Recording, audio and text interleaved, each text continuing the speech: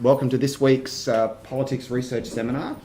For those who are listening, this is the place in which we bring together the community of the school to engage cutting-edge research either within the school or from further abroad within Australia or overseas. It's a great pleasure today to welcome Associate Professor Peter Christoff, a very old friend of mine, to speak to us on the question of the climate state. He's not that old. No, I am. And he's older than me.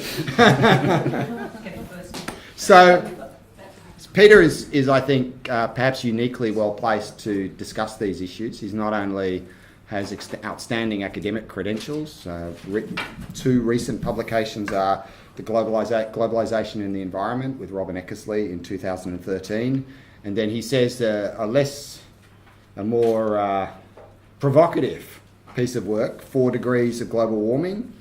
Is that right? Yep. Australia in a Hot World, 2014. But Peter has also spent quite a bit of time moving in and out of various policy positions. He served as the Deputy Director for the Environment. No, Assistant Commissioner. Assistant Commissioner for the Environment in Victoria some time ago, and has been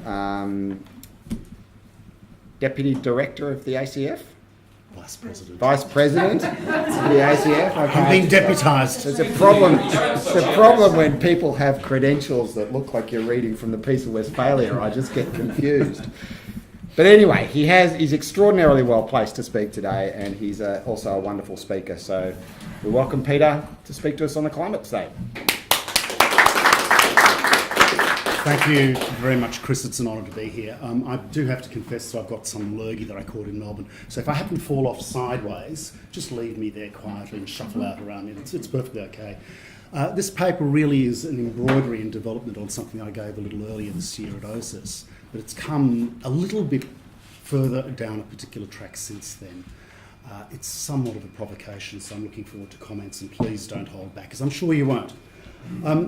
Last year, the Paris Agreement established some very important longer-term goals and aspirations for dealing with climate change, including a long-term target of holding warming below 2 degrees, well below 2 degrees, achieving zero net emissions sometime in the second half of this century, and also substantially funding developing countries to assist in the costs of mitigation and adaptation. What I'm concerned about, what I'm interested in, is the implications of these ambitions and of climate change in general for the state, and in particular for the welfare state. So what I want to do in this paper is actually explore this question in 3 steps, I suppose. Firstly, I want to spend a little bit of time reviewing existing and emerging fiscal demands on the state. Secondly, turn my attention to the problem of global warming and the suite of climate pressures and impacts, to see how these elements then also affect the welfare state. And then lastly, consider what will actually happen to the performance and the structure of the state when these things are combined. For reasons I think that will become obvious, this paper is necessarily very tentative, though hopefully a bit provocative. The process of structural transformation are in some senses impossible to predict, and so this paper really is more about trajectories rather than projections. So lastly, firstly, the climate state, the welfare state, BC, in other words, before climate. Since 1945, the state has accrued responsibilities for facilitating processes of capitalist reproduction across a whole range of domains: economic management, in terms of fiscal policy, social reproduction and welfare, health, education, income support, internal and external security, resource management, and the management of natural risks. The welfare state's related expenditure commitments are both implicit and explicit. They include legal, in other words, contractual or legislated obligations and undertakings for the provision of certain types of goods and services, as well as embedded or institutionalised expectations of state behaviour. For example, the state being an insurer or a provider of last resort, the maintainer of a degree of social equality, social order, and so on. Of course, both explicit and implicit commitments and expectations can be changed, but not without considerable difficulty. In other words, the state confronts and is constructed around complex and sometimes competing priorities relating to social welfare, social reproduction, the maintenance of capital accumulation, security, and so on, which it meets with quite well embedded path-dependent practices. As economic growth has slowed across much of the OECD over the past 3 decades, states, certainly within the OECD, have experienced intensifying fiscal and political strains in trying to stimulate economic growth, often using a neoliberal formula, reducing taxes to bolster profits and consumption, attract foreign investment, buy political leverage, while at the same time trying to keep interest rates low to secure high and increasing levels of private debt and avert mass consumer defaults, while at the same time meeting increasing structural pressures for infrastructural and welfare service provision. As a consequence, we've witnessed a transition from what has broadly been called the tax state to the debt state. Growing public debt has been the result of a revenue gap caused by diminishing tax revenue and has occurred alongside growing private debt encouraged by low interest rates, or what Crouch has sometimes called privatised Keynesianism, in an attempt, as Street calls it, to buy time to continually avert crisis. Of course, the impacts of the global financial crisis in 2008 and the Great Recession did attempts at budgetary consolidation as states took on additional debt to bail out the banks and avert economic collapse. Social and finance market perceptions of the debt crisis confirm its importance. Many analysts worry that the gap between spending and revenue is becoming unbridgeable, a classic realisation of the fiscal crisis of the state thesis, with problems of faltering economic growth increasingly difficult to resolve, and new fault lines for additional economic crises now emerging. Meanwhile, austerity measures are proving a very blunt tool for decreasing debt, further reducing economic growth while increasing inequality and social and political unrest. To this narrative, I think we have to add some projected conventional demands on existing and evolving welfare states. For industrial and post-industrial states, emerging problems include changing employment patterns and unemployment as a result of technological displacement, the shift towards marginal and part-time work, and with resulting pressures on social insurance and welfare benefits.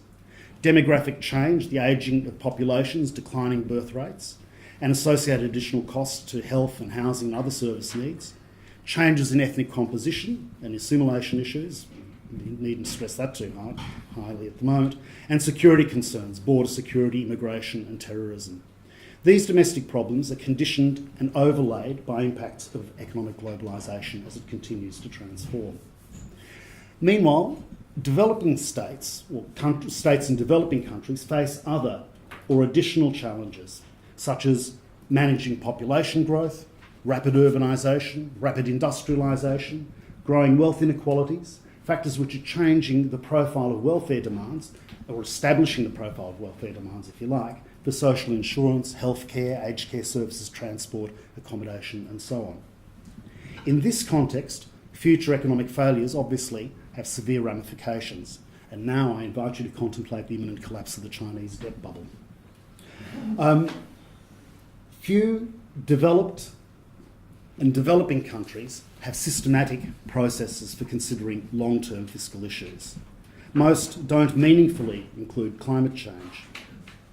Path dependency on policy and public expectations will weigh heavily on the pace of expenditure adjustment, up or down, and future revenue performance.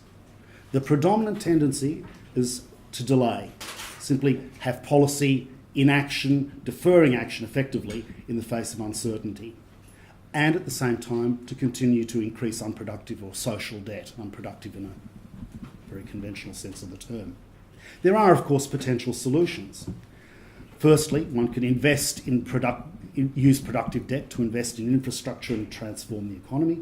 There are locked box funds, sovereign wealth funds like the Norwegian Petroleum Fund or the New Zealand Superannuation Fund, or indeed Australia's Future Fund, which can be used or deployed to actually transform social welfare and other aspects of state performance.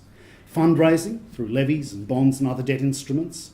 Tax adjustments, but of course there's a question there about the limits to increasing the tax burden. In fact, it's quite clear the political economic forces maintaining the thresholds for tax take are non-trivial, and we've seen a decline occurring over the last 20 years, including a decline in legitimacy of tax takes.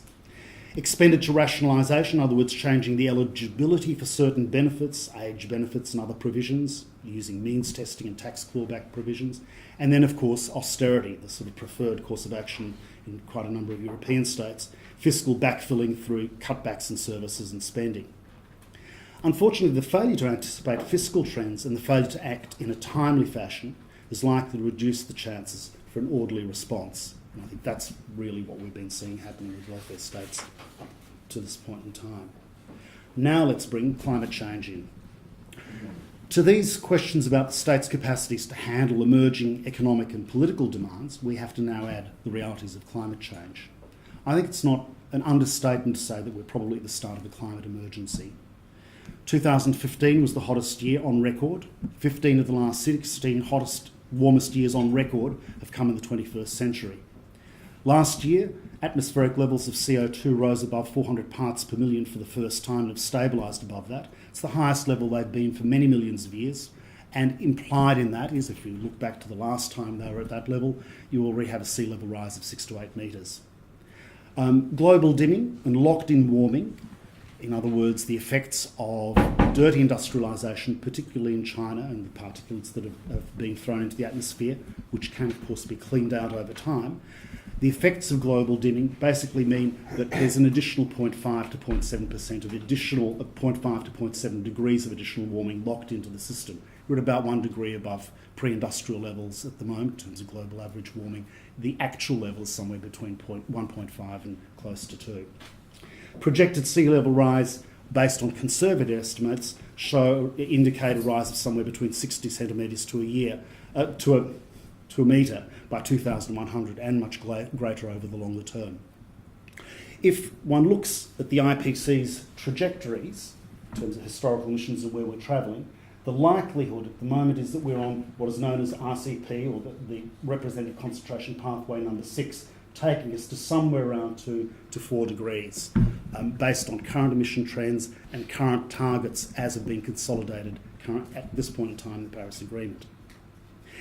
Analysts suggest a reduction in aggregate global emissions of around 3% per annum before 2020, and between 3.7 and 9% per annum is required between 2020 and 2050 if the 2-degree goal is to be achieved. Of course, the equitable rate of decline is far sharper for highly industrialised states or blocs such as the United States or the EU. And this one, the complicated chart, shows the application of 5 different types of equity frameworks to the reductions that would be required of major emitters such as China, US, the USA, EU and India. India, of course, being a minor emitter in per capita terms, but still a substantial emitter overall, if we're going to stabilise it below 2 degrees or around 2 degrees. And you'll notice that a number of those emissions trajectories take you into negative emissions territory. So the scale of emissions is considerable, but it's probably also underestimated because emissions from the thawing permafrost are not well considered, and because 2 degrees of global warming by 2100 could result in an eventual warming of 3 or 4 degrees in later centuries. If we exceed the carbon budget for 1.5 or 2 degrees Celsius, only radical, hitherto untried measures such as global geoengineering can draw down released emissions. So there are considerable governance and technical issues in that space.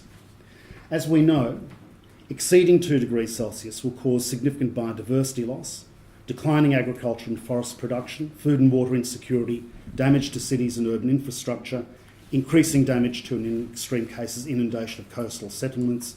It'll exacerbate population movements and conflict. Having contemplated that, I think it's worth recognising that 2 competing narratives have emerged in recent times in response to climate challenge. The first, and it was very prominent in the run-up to Paris and at Paris last year, is actually an optimistic tale about the imminent Schumpeterian destruction of carboniferous capitalism, as a few people have called it. The hope is for a post-carbon Trent Laurier, a creative repeat of the 3-decade golden age of post-war reconstruction between 1945 and 1974. In this scenario, profit-driven green growth propelled by the Paris Agreement and associated clean energy plans is accompanied by the creation of a new carbon markets or global carbon market and new financial commodities. The pace of technological change is forced and legitimated by social and economic pressures associated with the intensifying pressures of climate change. And the primary actors in this tale are self-motivating capitalist entrepreneurs, individuals and corporations, with governments providing a stable regulatory environment for their venturing. The alternative narrative is a pessimistic story of economic and political path dependency and delay. Here, national strategies to meet climate-related fiscal demands are poorly developed and in most cases only slowly implemented. Debt states are sluggish to act, entrepreneurs easily distracted. Action is avoided even despite the strictures of the Paris Agreement. Economic crises intervene, warming takes over. There's certainly a tendency, one thinks, towards the pessimistic narrative having some saliency at this point in time. It's interesting to note that there is, however, growing recognition amongst investors and governments that climate change and responses to it pose significant economic as well as social and political risks. But these risks are poorly understood, and this perception has not been integrated into a broader discussion about the current crisis of capitalism.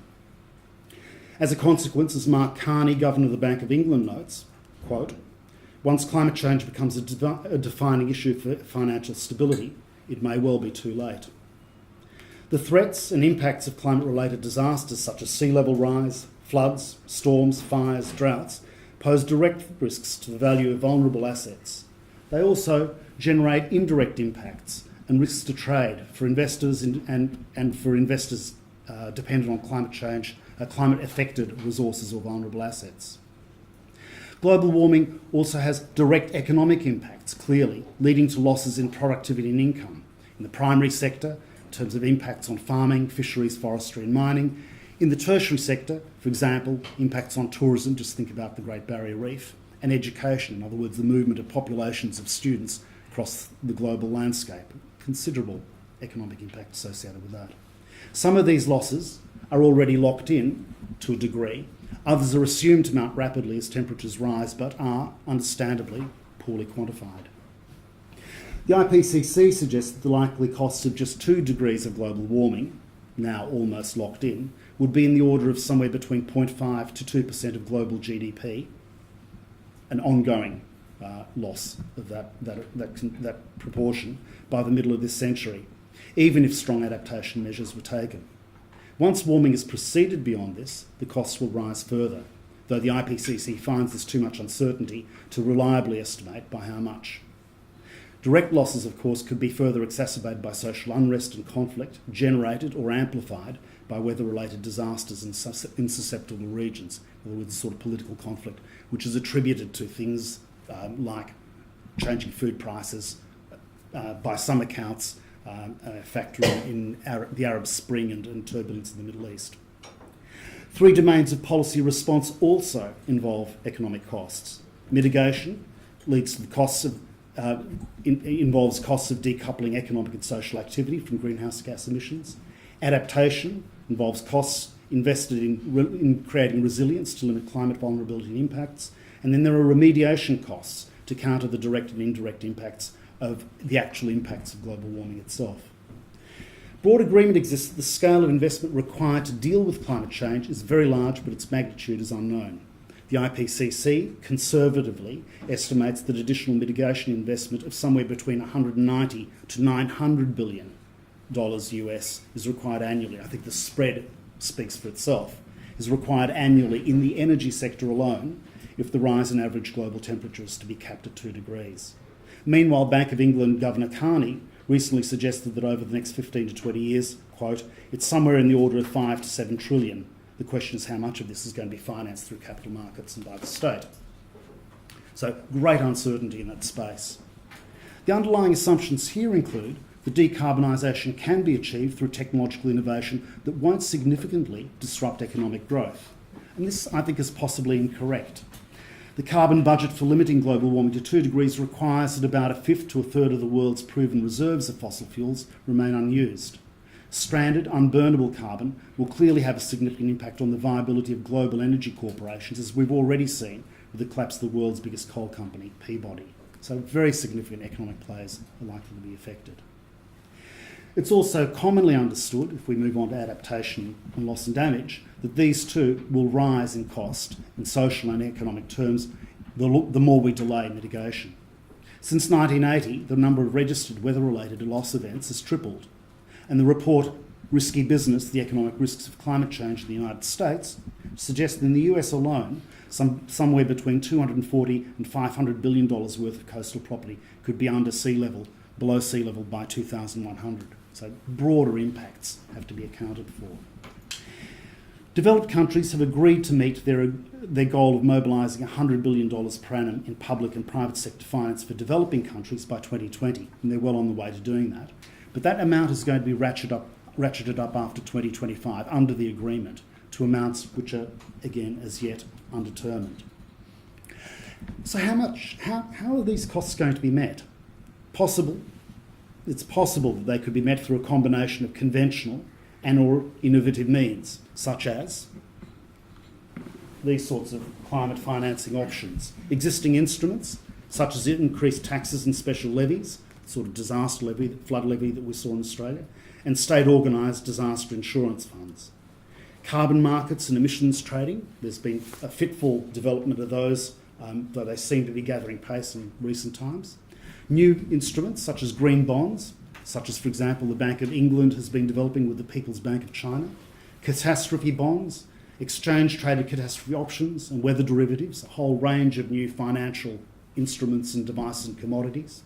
And then, of course, there's privatised action, market action on mitigation, regulated requirements for private resilience investment, in other words, basically forcing people to up the quality of their own infrastructure, their privatised private infrastructure, private climate insurance, if it can be got, and of course then abandonment, in other words, full privatisation or substantial privatisation of impacts and costs.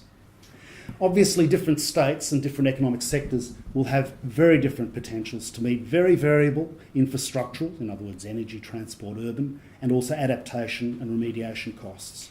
It's widely recognised that many poorer and economically fragile states, such as the least developed countries in Africa, are already unable to establish even the basics in these areas and have very poor institutional capacities as well to deliver if the funding is provided for them. Moreover, and poorly examined in arguments about green growth and rapid decarbonisation, there are potential negative economic consequences of such a transition. Inevitably, industry sectors in specific regions will be depressed as a consequence, raising demands for compensation, structural assistance and welfare support, and these are rarely factored into the calculations of economic implications and impacts. Untitled and Vandenberg actually point to some deeper dilemmas. They write, quote, "Key climate targets are unlikely to be reached if economic growth continues on a global scale. This requires policymakers to be open to stringent climate policies that may result in low or even negative growth. Strategies are then needed to make such outcomes socially and politically acceptable, otherwise climate policies will continue to be rejected because their negative effects, in other words effective climate policies, will be rejected as current growth dependency is maintained. Of course, if you go down the path of negative growth, you have rising unemployment, increasing debt problems, reduced public services and so on as likely consequences. These are emerging climate-related policy and fiscal pressures and impacts which, as compounding problems, have to be added to the existing fiscal and political challenges that I mentioned earlier to do with high debt and low or post-growth economies described at the outset. In other words, to those growing conventional welfare state pressures that I mentioned, we need to add costs of amplified welfare demands, both domestic and international, to meet the costs of structural change, unemployment, displaced populations and so on, and new infrastructural demands, again domestic and international, for coastal defences, flood, fire and so on, defences and remediation, the creation of resilient cities, food and water securitisation, etc.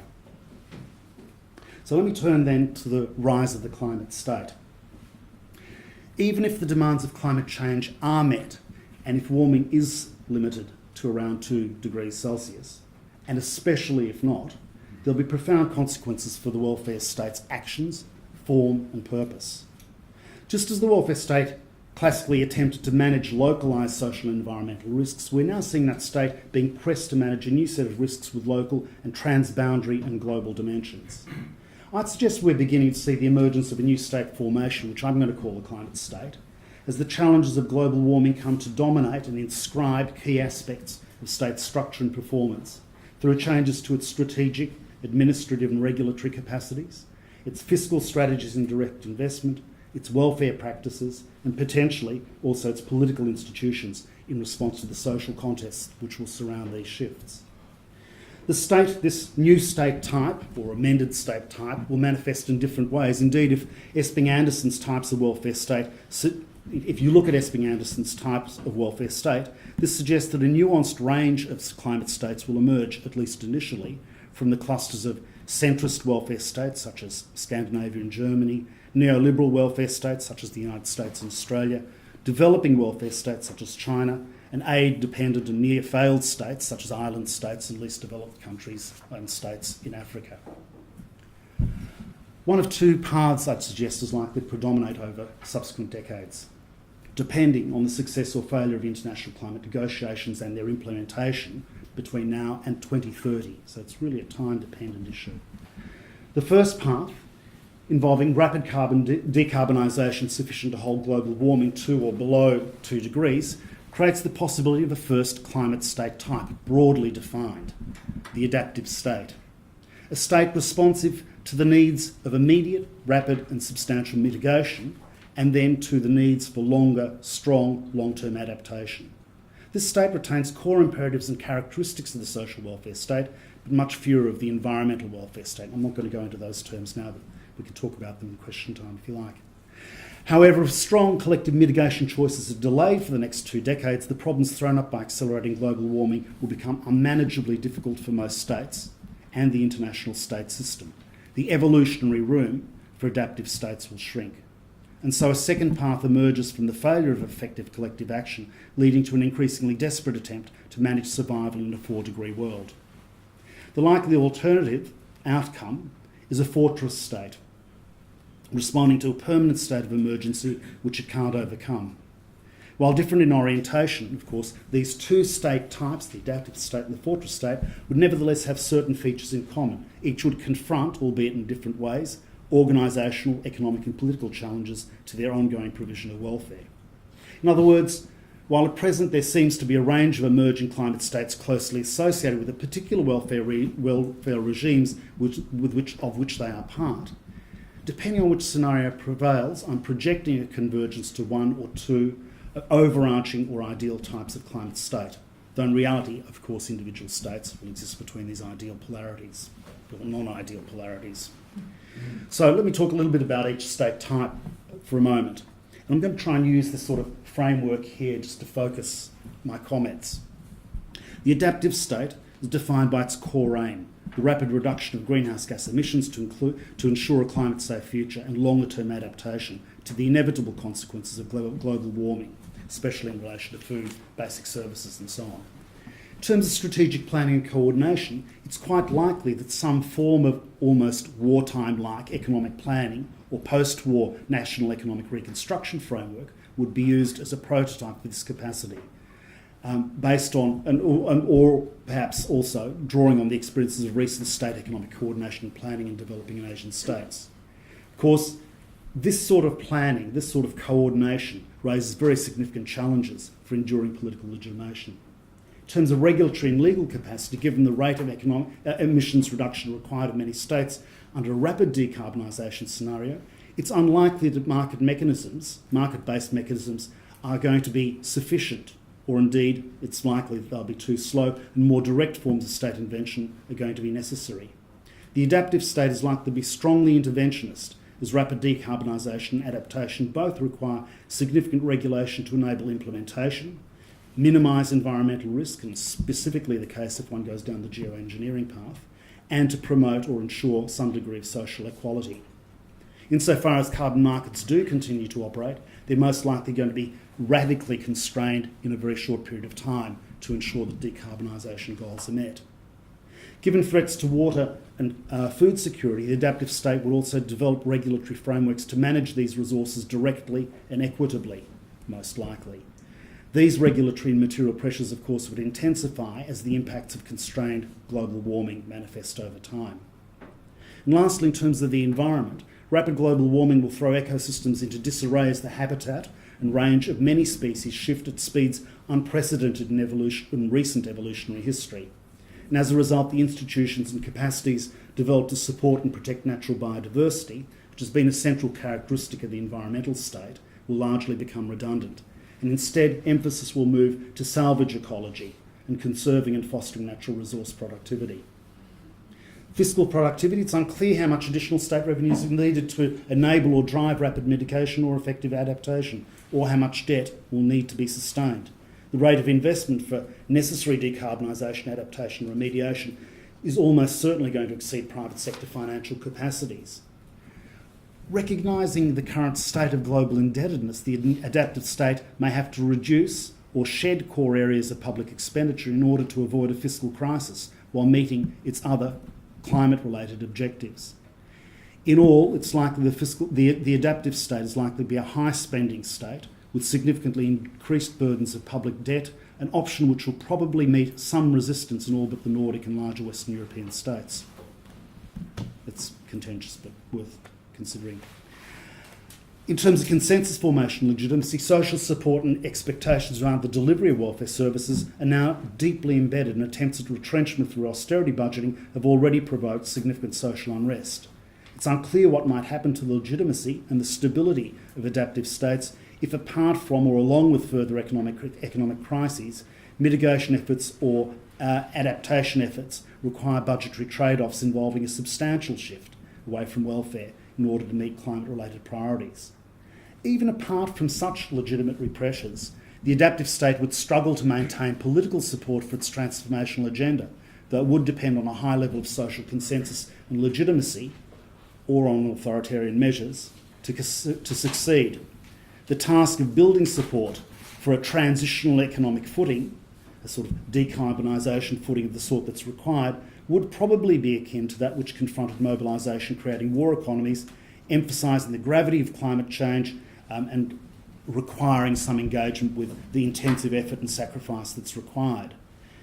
To do this would require a sort of emancipatory narrative to link the benefits of early action, voluntary austerity, diminishing material needs with these sorts of outcomes, and states have been particularly inept at doing these sorts of things in recent times. Lastly, in terms of transnational cooperation, the success of the adaptive state is predicated on strong transnational cooperation, essential both for practical and also for normative reasons, for resolving the climate crisis, for sharing the costs of transition fairly, and also for ensuring domestic and also international security or stability. The need to work with regional states to develop regional mitigation and human security outcomes is such that there will be additional revenue burdens, additional problems of capacity, including especially for middle-order states. So if that perhaps describes what the adaptive state looks like and all the problems that are attendant to it, it's perhaps worth now turning to the fortress state and making a couple of comments about that, and then I'll close. I think I've got about 5 minutes. The fortress state, of course, represents the response to a permanent state of climate emergency, the consequence of the failure of international action to reduce emissions sufficiently to hold warming below 2 degrees, etc. It's likely to emerge in different ways and with different characteristics from the foundations of states that either hadn't mitigated or addressed adaptation, of states that had mitigated ineffectively but had strongly emphasised adaptation and remediation, and of states which had successfully become adaptive states but were now stranded in what is really a hot Hobbesian world. So the fortress state would probably therefore encompass a range of stances in its struggle for survival, characterised by either seeking to protect the welfare of its citizens equally, but with little capacity to deal humanely with the world beyond its borders, or by protecting only its political and economic ruling elite and being highly defensive at the same time. In either case, though, it would be governed through a constant state of emergency involving perpetual mobilisation against different forms of risk and insecurity caused by intensifying climate change. The problems of physical impacts, weather, famine, economic decline, external population displacement, and probably an increasingly violent world facing increased civil unrest and external threats. In terms of coordination, the fortress state would most likely be externally defensive but internally ordered, either egalitarian or internally defensive and internally divided, but ordered nonetheless. Its political composition would condition the manner of its continuing engagement with strategic planning and also the coordination of available resources and activity. But both aspects would involve significant investment in policing, military capacities, and the strategic organisation of public and private resources around those priorities. The capacities for handling whole of society and economic strategic planning coordination needs, increased demands for funds to propel intervention, to meet new welfare demands, to actually organise around welfare delivery and so on, all hallmarks of the adaptive state would be in growing demand, but potentially insupportable given climate change's impacts. The fiscal capacity of the fortress state would depend on the direct and indirect impacts of global warming on national economies, because it's most likely, I think, that a fortress state would exist in, to use Raskin's term, a fortress world. Free and open global trade would collapse. National economies would be reconfigured around mercantilist relationships or whatever could sustain self-reliance. This would generally favour strong states focused on resource nationalism and defence of their sovereignty.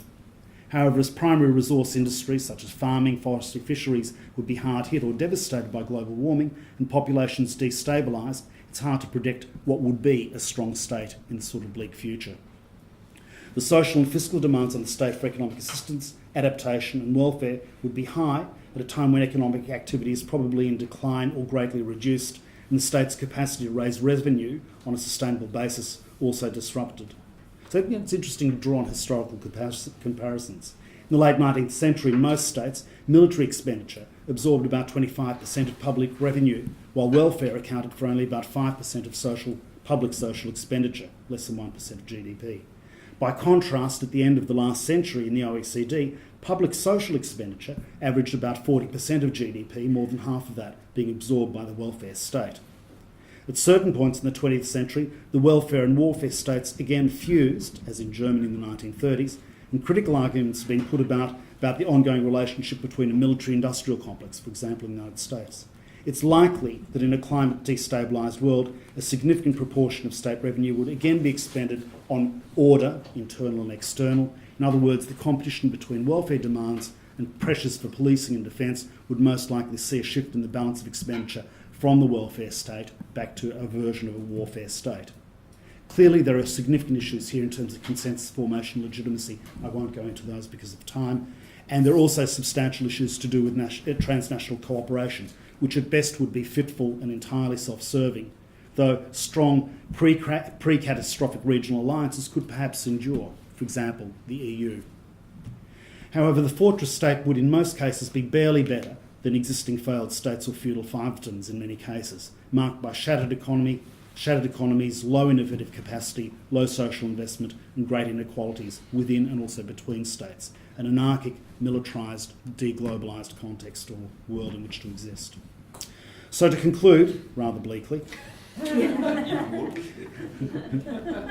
you want me to be happy? Look, I'm Hungarian by nature. I'm only happy when I'm unhappy.